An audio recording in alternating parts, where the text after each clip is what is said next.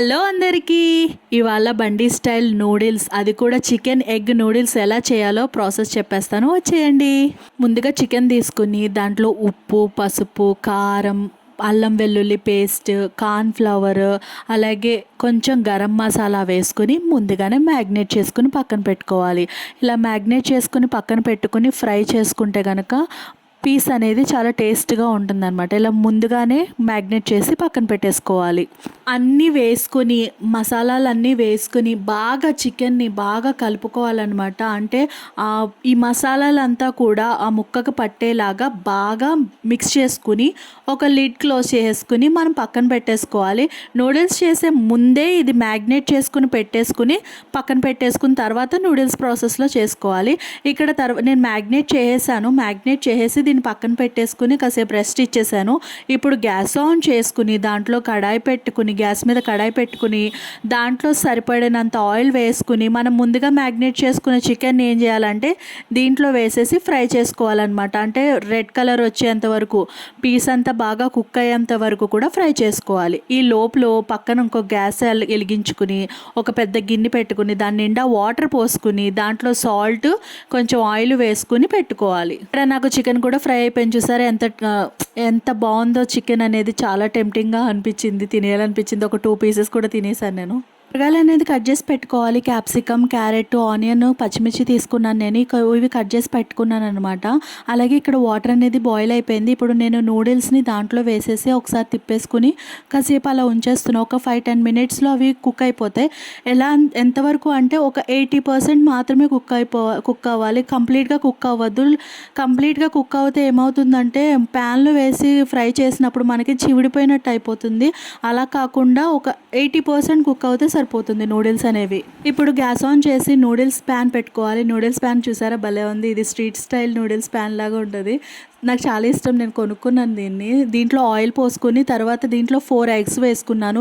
Eggs వేసుకుని salt వేసుకుని బాగా దీన్ని స్క్రాంబుల్ చేసినట్టు చేసుకోవాలి. అంటే ఎగ్ ఫ్రై కింద చేసుకొని ఇది ముందుగా చేసేసుకొని పక్కన పెట్టేసుకోవాలి. ఒక ప్లేట్లో పెట్టుకొని పక్కన పెట్టేసుకోవాలి. ఇది మనం మొత్తం అంటే నూడిల్స్ ప్రాసెస్ చేసినప్పుడు దీన్ని మధ్యలో యాడ్ చేస్తామన్నమాట. నేను బాగా ఫ్రై చేసుకుని దాన్ని ఎగ్ని ఏం చేస్తున్నా అంటే పక్కన పెట్టుకున్నా. బాగా ఫ్రై చేసుకోండి, లేకపోతే నీసు వాసన వచ్చేస్తుంది అనమాట. ఎగ్ని పక్కన పెట్టుకున్నాం కదా, అందులోనే మళ్ళీ ఆయిల్ వేసుకుని ఇప్పుడు మనం కట్ చేసుకున్న కూరగాయలు ఉన్నాయి కదా, ఆ కూరగాయలు వేసుకోవాలి. ఇక్కడ నేను ఒక చిన్న మిస్టేక్ చేశాను, అది లాస్ట్లో మీకు చెప్తాను ఆ మిస్టేక్ ఏం చేశాననేది. ఇప్పుడు నేను కూరగాయలు వేసేసుకుని బాగా ఫ్రై చేసేస్తున్నాను అనమాట. అంటే ఎలా అంటే కొంచెం అవి మగ్గేంత వరకు కూడా ఫ్రై చేసుకోవాలి. నేను క్యారెట్స్ని అన్నిటినీ, క్యాప్సికమ్ని, ఆనియన్ని కూడా ఒకటే షేప్లో కోసాను. ఎలా అంటే స్ట్రైట్గా కోసాను. ఇందులో కొంచెం అల్లం వెల్లుల్లిపాయ పేస్ట్ వేయండి. వేసుకొని బాగా ఒకసారి మిక్స్ చేసుకోండి.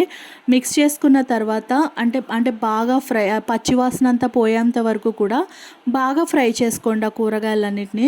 దీంట్లో ఎక్కువ కరివేపాకు వేసుకోండి. నూడిల్స్లో కరివేపాకు ఫ్లేవర్ అనేది చాలా బాగుంటుంది. ఇక్కడ నా కూరగాయలన్నీ ఫ్రై అయిపోయినాయి. నేను చికెన్ని ఫ్రై చేసుకుని వాటిని పీసెస్ కింద చేసుకున్నాను కదా, ఆ పీసెస్ని, ఎగ్ని ఫ్రై చేసి పెట్టుకున్నాను కదా, ఆ ఎగ్ని రెండింటిని కలిపేసుకుని ఆ కూరగాయలతో పాటు ఆ మసాలాలు మిక్స్ అయ్యేలాగా ఒకసారి బాగా మిక్స్ చేయండి. దాన్ని బాగా మిక్స్ చేసి ఒక 5 మినిట్స్ అలా ఫ్రై అవ్వనివ్వండి. తర్వాత దీన్ని బాయిల్ చేసుకుని స్ట్రెయిన్ చేసుకుని పక్కన పెట్టుకున్న నూడిల్స్ ఉన్నాయి కదా, ఆ నూడిల్స్ దాంట్లో వేసేసి ఒకసారి బాగా మిక్స్ చేసుకోండి. నూడిల్స్ వేసాక దీంట్లో సాసెస్ వేసుకోవాలి. ఇక్కడ మన కీ ఇంగ్రీడియంట్ ఏంటంటే సోయా సాస్. ఇక్కడ నేను సోయా సాస్ వేస్తున్నాను.